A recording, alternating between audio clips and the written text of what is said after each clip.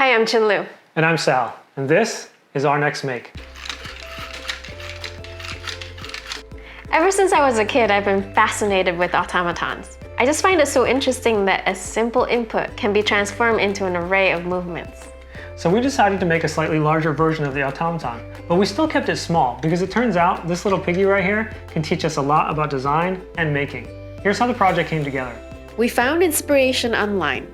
So I brought the video into the 3D whiteboard app that comes with our 3D Experience SOLIDWORKS for Makers license.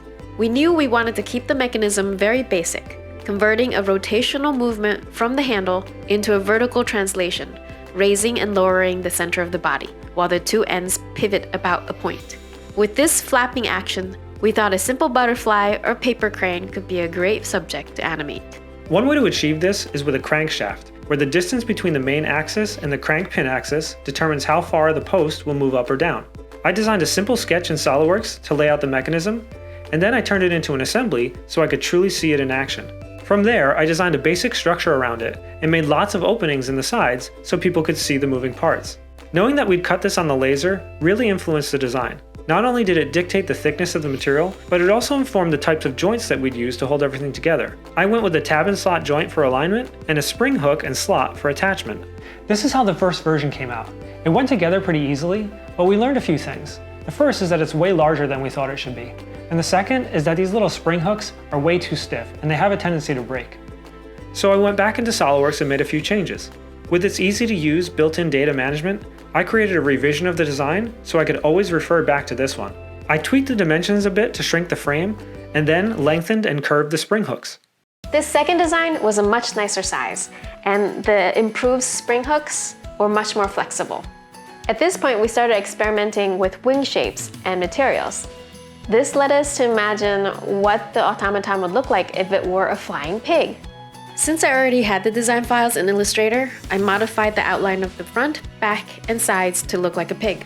This is what the automaton looked like. I love how this end of the crankshaft looks like the pig's tail, and this end like its tongue. At this point, we felt ready to mass produce 100 of these for an upcoming Family Day event at Dassault Systèmes. While Chinlu batched out the parts, I focused on figuring out how to bend the wire for the crankshaft. I imagined a 3D printed jig that would perfectly bend the wire each time, so I jumped back into SOLIDWORKS to model the shape. I designed right around the wire to make a main structure with two sliding dovetailed sections.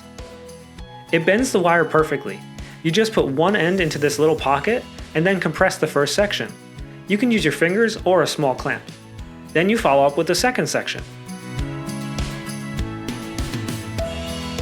Opening the jig reveals a perfectly, highly repeatable crankshaft. We were super happy with the results, but when we started turning the wire, we grew concerned about how much play there was. There was still a chance that the crankshaft would either bind up or slide out of the front wall. So we made a quick change to the design. Which was really easy to do since SOLIDWORKS is a parametric CAD modeler. We just changed a few dimensions and all of the geometry updated. This new 3D print produced a perfectly shaped wire. We were finally ready for Family Day.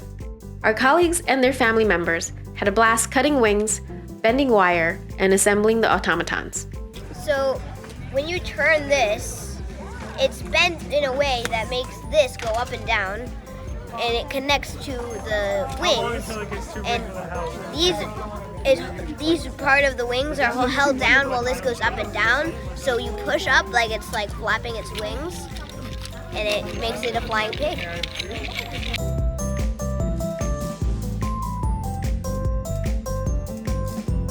That was a great event. It felt amazing to bring joy to so many people. Yes, in fact, it made us feel so good that we wanted to do this at a larger scale. So we both immediately thought of Maker Faire. In fact, we knew if we were going to make hundreds of these to share with people at Maker Faire, we'd want to tweak a few more things. At Family Day, we found that the spring hook would still occasionally break, so we tested out a few more versions.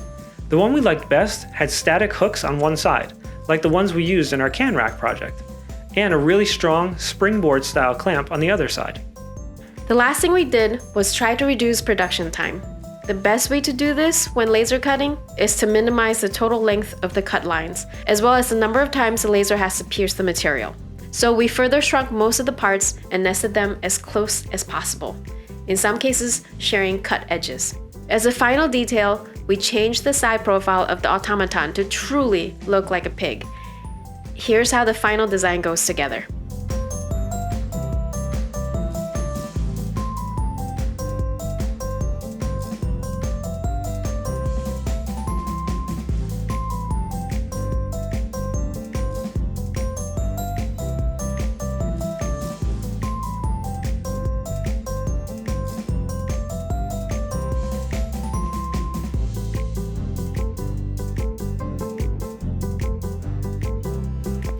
We're so happy with this final design. We're even more happy to share this with all of you.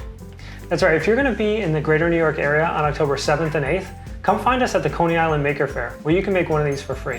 And don't worry if you can't join us. You can still download the files for free. Just follow the link in our description to the Made in 3D community. Thanks so much for watching. We'll see you on our next make.